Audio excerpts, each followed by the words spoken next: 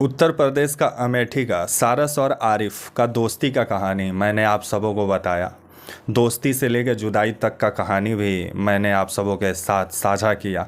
लेकिन इस कहानी में अब नया ट्विस्ट आ गया है। इस कहानी में अब आरिफ पे वन विभाग की तरफ से 5 धाराओं में मुकदमा दर्ज किया गया है। आइए इस पे बात करते हैं, इस पे चर्चा करते हैं।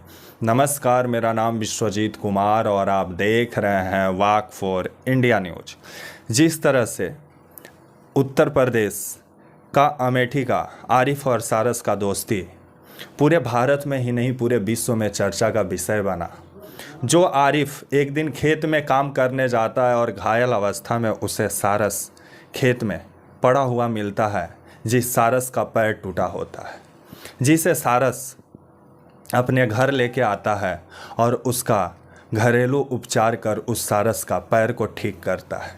जिसके बाद सारस और आरिफ का दोस्ती कुछ इस कदर बढ़ जाता है कि कभी सारस आरिफ को छोड़कर जाने के लिए तैयार ही नहीं होता है।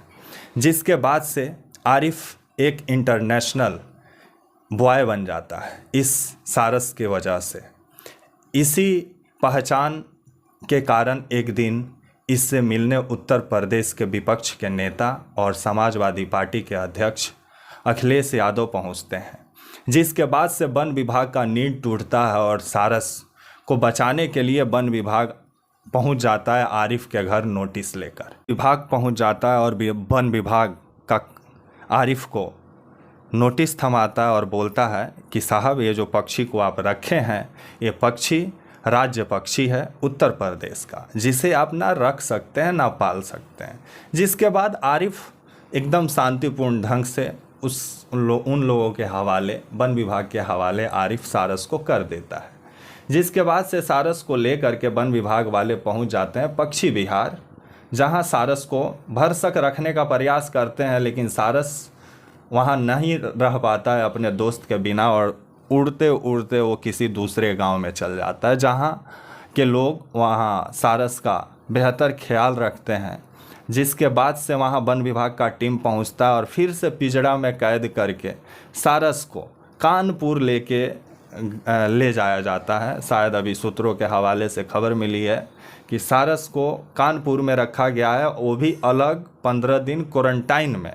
और उसके बाद से वन विभाग अपना सक्रियता दिखाते हुए आरिफ पे 5 धाराओं में एफआईआर दर्ज कर दिया है कि आप बताइए, एक राज्य पक्षी को आप कैसे अपने घर में रखें, कैसे पालें और क्यों आप इसको रखें अपने पास।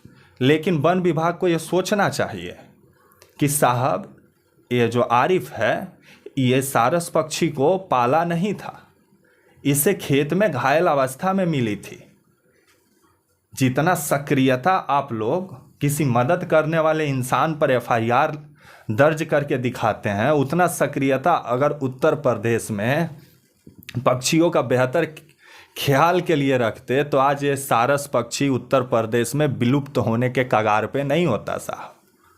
लेकिन वैसे भी कहा जाता है राजनीति तो उत्तर प्रदेश में सर्वोपरि है, क्योंकि ना अखिलेश यादव मिलने जाते सारस से, ना ये सारस आरिफ से अलग होता। 5 धाराओं में एफआईआर दर्ज कर लिया गया है और उसके बाद से वन विभाग टीम अब नोटिस जारी की है और आरिफ को बुलाया गया है कि साहब आइए, आप बताइए कि आप मदद कैसे कर दिए, आप किससे पूछ के मदद किए। मतलब यही सब सवाल होगा ना, क्योंकि वन विभाग टीम मतलब लगता है न्यूज वोज खबर वबर नहीं दिखता है। क्योंकि आप अगर खबर पर एक बार सर्च करते तो आपको मालूम चल जाता कि आरिफ किस अवस्था में, आपका जो राज्य पक्षी है उसको किस अवस्था में खेत से लेके आया था, उसका पैर टूटा हुआ था। और आरिफ को मैं बोलूँगा, जो नोटिस लोग भेजे हैं ना वन विभाग वाले, उसके पीछे पलट के एक पन्ना में अच्छा से लिख दो कि साहब, जितना सक्रियता आप लोग दिखा रहे हैं ना हमको नोटिस थमाने में, उतना सक्रियता आप लोग उत्तर प्रदेश में पक्षियों को बचाने में दिखाइए। क्यों आज यही सारस पक्षी, जिसे आप राज्य पक्षी बोल रहे हैं, जिसको मतलब आज जिस मामले में आप आरिफ पे एफआईआर दर्ज कर लिए हैं, वो तो अभी उत्तर प्रदेश में विलुप्त होने के कगार पे हैं। उनको बचाने के लिए आप लोग क्या कर रहे हैं? कोई इंसान अगर पक्षी को ख्याल रख देता है तो सिर्फ रख देने की वजह से उसके ऊपर एफआईआर हो जाता है। कमाल का उत्तर प्रदेश का मतलब वन विभाग है। कम से कम उत्तर प्रदेश के जो माननीय सीएम साहब हैं, उत्तर प्रदेश के योगी आदित्यनाथ जी महाराज, उनको ध्यान देना चाहिए कि आजकल उत्तर प्रदेश में क्या चल रहा है कि किसी का मदद कर दो उसके बदले में भी एफआईआर। सारस के साथ आरिफ ने किया क्या था? मदद ही तो किया था। मदद के बदले में तो वन विभाग को उसे इनाम देना चाहिए।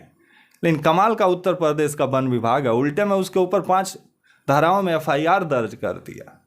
ये था आरिफ से जुड़ा हुआ खबर। अब देखने वाली बात होगी कि आरिफ क्या वन विभाग जो इनको नोटिस थमाया है उसके सवालों का जवाब देते हैं या नहीं। हमारा तो यही कहना होगा, जाना मत, पीछे लिखो और बोलो तुम खुद आओ।